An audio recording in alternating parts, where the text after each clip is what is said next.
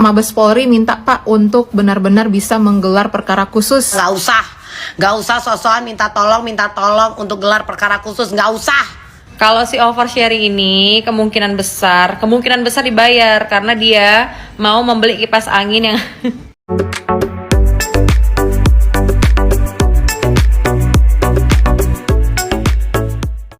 yang kemarin ya berkaitan dengan permintaan uang kembali. Kenapa ada permintaan 3M Bapak? Nih bisa dilihat di sini 3M ya 3M 400 jutaan ya yang diminta melalui turut tergugat satu adalah Kapolri.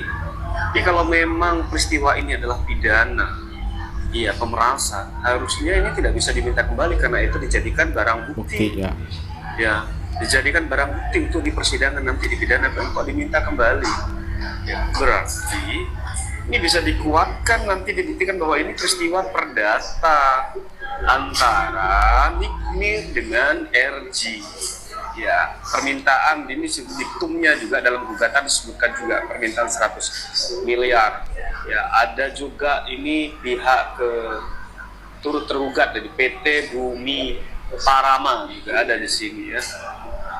Ini kalau memang sesuai dengan apa yang didalilkan oleh penggugat dalam hal ini Nikmir, bahwa uang 3,4 ini diminta kembali dan masuk ke rekening RG ya, maka ini bisa disebut peristiwa perdata.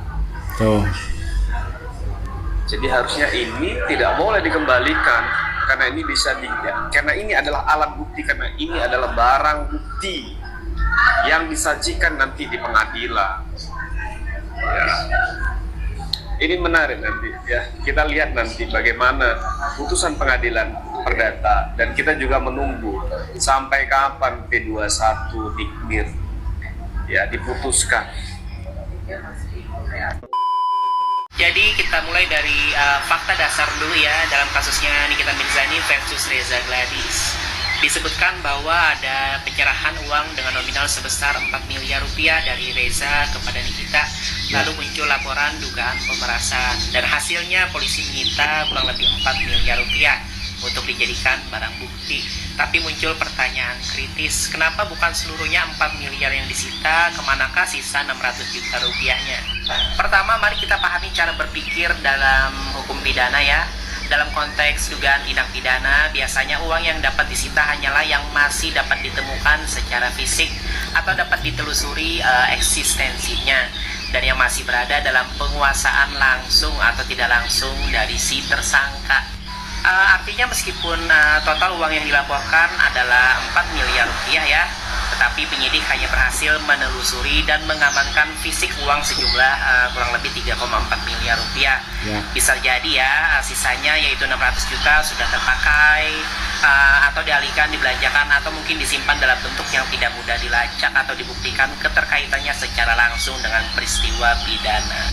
Di dalam hukum acara pidana, penyitaan itu harus memenuhi syarat formil dan material guys, yaitu keberadaan objek, keterkaitan objek dengan tindak pidana. Kalau satu dari dua ini tidak terpenuhi, maka penyitaan tidak bisa dilakukan. Meskipun ya, logika awam berkata, bukankah jumlah total yang dilaporkan adalah 4 miliar rupiah? Kemudian penting juga untuk kita pahami ya, penyidik tidak boleh menyita lebih dari apa yang bisa mereka buktikan secara hukum. Jadi fakta bahwa hanya kurang lebih 3,4 miliar yang disita ya, bisa berarti hanya itu yang dapat dibuktikan sebagai hasil dari dugaan pemerasan atau yang masih bisa diakses secara hukum. Pertanyaannya, apakah ini menunjukkan lemahnya alat bukti? Ya bisa saja guys, atau bisa juga menunjukkan bahwa ada bagian dari dana 4 miliar itu yang sejak awal memang tidak berkaitan langsung dengan dugaan tindak pidana, misalnya sebagai pembayaran sah berdasarkan perjanjian lisan. Nah, jadi kenapa tidak full 4 miliar yang disita? Ya, karena dalam hukum pidana penyitaan bukan hanya soal nominal yang disebut dalam laporan ya, tapi soal berapa banyak yang bisa dibuktikan sebagai barang bukti yang sah dan ditemukan secara konkret.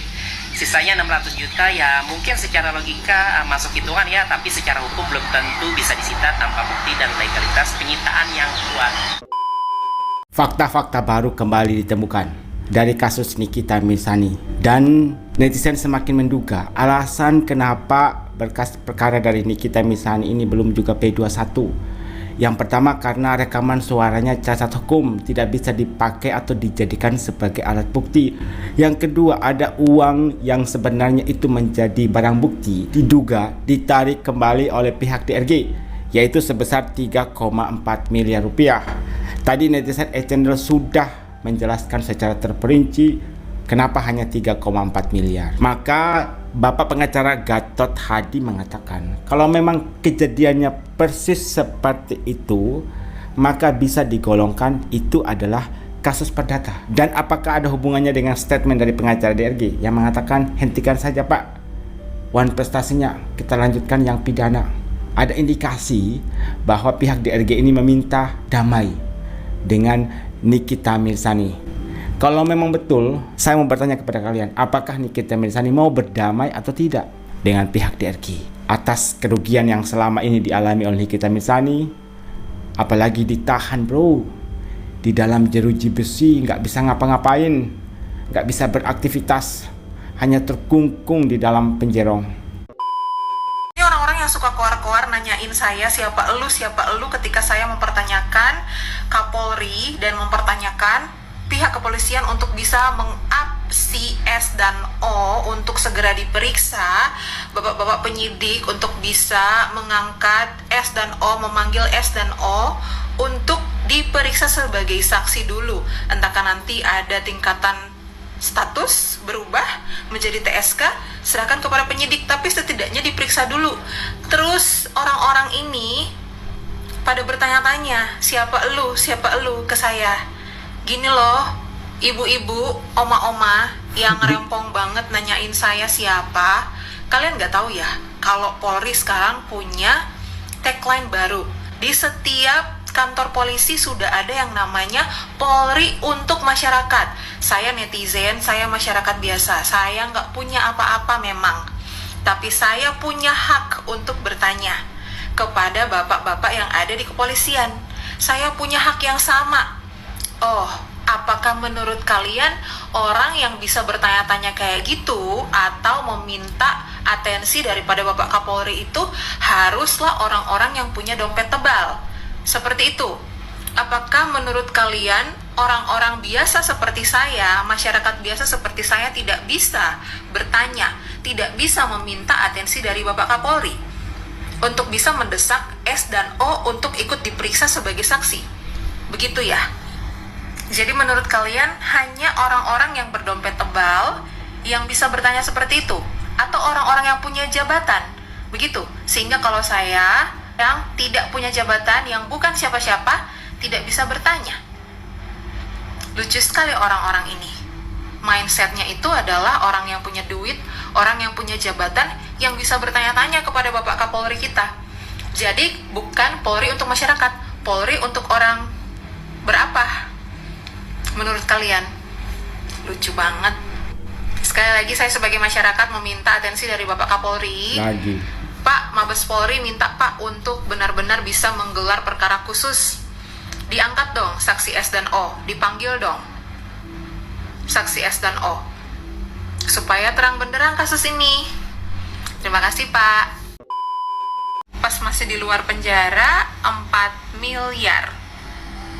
Di dalam penjara 100 miliar plus 100 juta plus 10 juta tiap hari plus rumah yang di Fatmawati. Luar biasa ya, pinter banget nih cari duitnya. Di luar penjara cari duitnya bisa sampai 4M. Di dalam penjara cari duitnya bisa sampai 100M plus 100 juta plus 10 juta per hari plus rumah yang di Fatmawati. Gila, ini pinter banget cari duitnya. Ini suhu dari segala suhu. Nggak heran lagi kalau misalnya doi lagi dalam penjara tapi bisa beli mobil baru.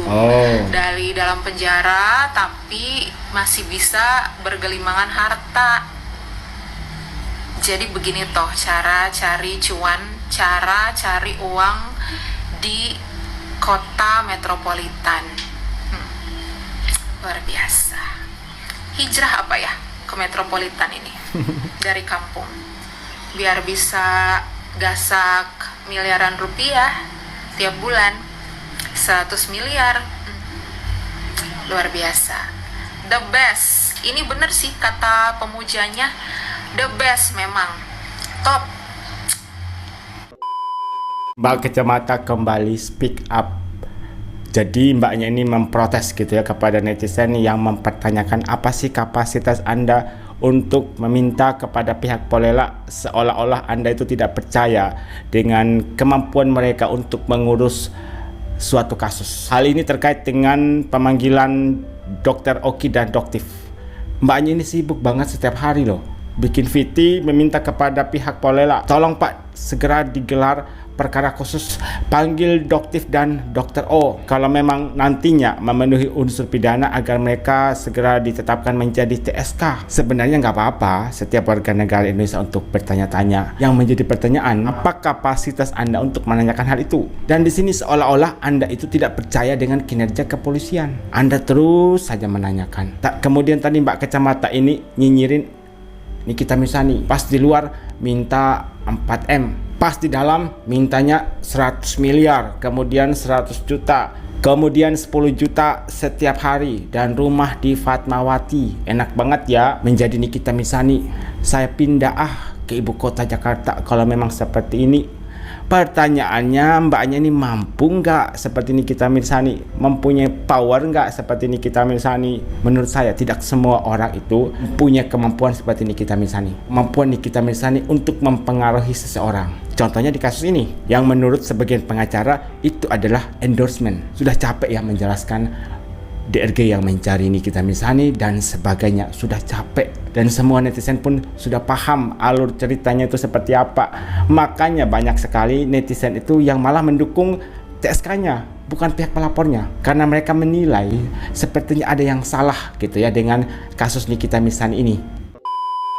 Intinya yang harus kalian tahu di sini semua murni menyuarakan, tidak ada yang dibayar. Kalau si oversharing ini kemungkinan besar dibayar karena dia mau membeli kipas angin yang yang ada di kamarnya. Ngaku. Semua lu bilang dibayar. Netizen es cendol lalalala lelelele. Sosok belajar hukum di Google. Lu itu makanya jangan kebanyakan percaya sama Google. Ya, beli itu buku. Ada buku tentang hukum, lu baca, cerna. Blunder pula lu. Tuh, junjungan lu tuh yang suka blunder tuh. Amnesia, sama kayak lu amnesia juga. Nggak usah sebut-sebut nama gue dan nggak usah lu panggil-panggil Valeri. Nggak usah. Jangan, nggak sudi gue. Minimal kalau jadi perempuan itu haruslah menjadi woman, support woman. Ini yang lu support adalah mafia skincare. Ya begitulah kalau misalnya udah dibayar tunai. Yang satu untuk beli kipas angin di kamarnya, yang satu untuk memperbaiki behelnya yang udah mulai kopos. Enak gak digituin? Enak gak? Lu berbicara dengan aspek hukum. Tuh pakar hukum udah banyak yang berbicara. Makanya punya handphone, dengerin lagi tuh pakar hukum yang pro ke Nikita Mirzani yang emang bener kualitasnya oke. Bukan pakar hukum yang cup-cup basah nasi goreng kayak lu pade. Oh iya, satu lagi nih. Ini memang perlu dimusnahkan ke Taman Safari Afrika gitu kan. Kenapa? Nggak ada woman super woman itu, nggak ada sama sekali, nggak ada gitu. Lu memang perlu dilempar ke Taman Safari Afrika. Di situ ketemu singa, ketemu harimau, macan tutul. Terus itu banyaknya buaya-buaya yang ada di sana gitu.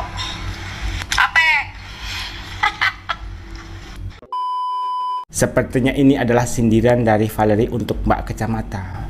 Jadi katanya si Mbak Kacamata ini diduga ngomongin soal netizen es cendol, Valeri itu dibayar oleh seseorang untuk membela Nikita Mirzani.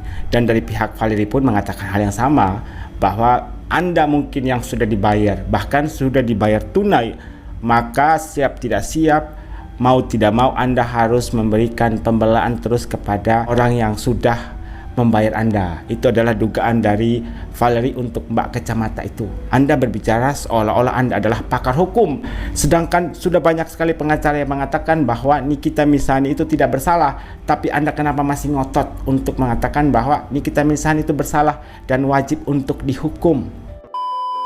Nggak usah minta-minta dokter O, dokter S, dokter O, dokter S diperiksa kalau bisa dari saksi jadi tersangka. Nggak usah. Nggak usah sosokan minta tolong untuk gelar perkara khusus. Nggak usah. Lu minta tolong tapi mau ngatur-ngatur aparatur negara, lu siapa? Buram kan? Tar hari Rabu datang aja tanggal 28. Datang biar nggak usah cuap-cuap. Datang hadir. Berani dong. Apa takut? Ya kan? Jangan goyang kali kak. Nggak goyang kali kan kak? Datang lah, nggak usah sibuk. Nggak usah diarah-arahin, bujer bajer diarahin. Ingat ya, kalian harus berbicara, membahas AIWO biar sampai ke telinga aparatur, biar sampai ke para masyarakat Indonesia. Nggak usah. Datang hari Rabu, jumpa di situ. Apa takut? Nggak goyang kan kak? Nggak usah sok-sok ya. Wajib hadir. Wujud. Dan ini juga sindiran dari Mbak Bella Sembiring untuk mereka yang memaksa untuk melaksanakan gelar perkara khusus. Gak usah maksa, biarkan polisi yang bekerja. Jangan Anda yang lagaknya itu lebih cerdas, lebih pintar dari pihak kepolisian. Dan sepertinya statement ini memang cocok ya untuk menyindir Mbak Kacamata itu. Kemudian ada dua story dari Mbak Bella Sembiring. Menghindar aja terus padahal mentok cari ide, apalagi konsekuensinya. Ingat ya, eksekusi paksa. Sidang ditunda dengan alasan salah satunya karena ada beberapa tergugat yang tidak hadir.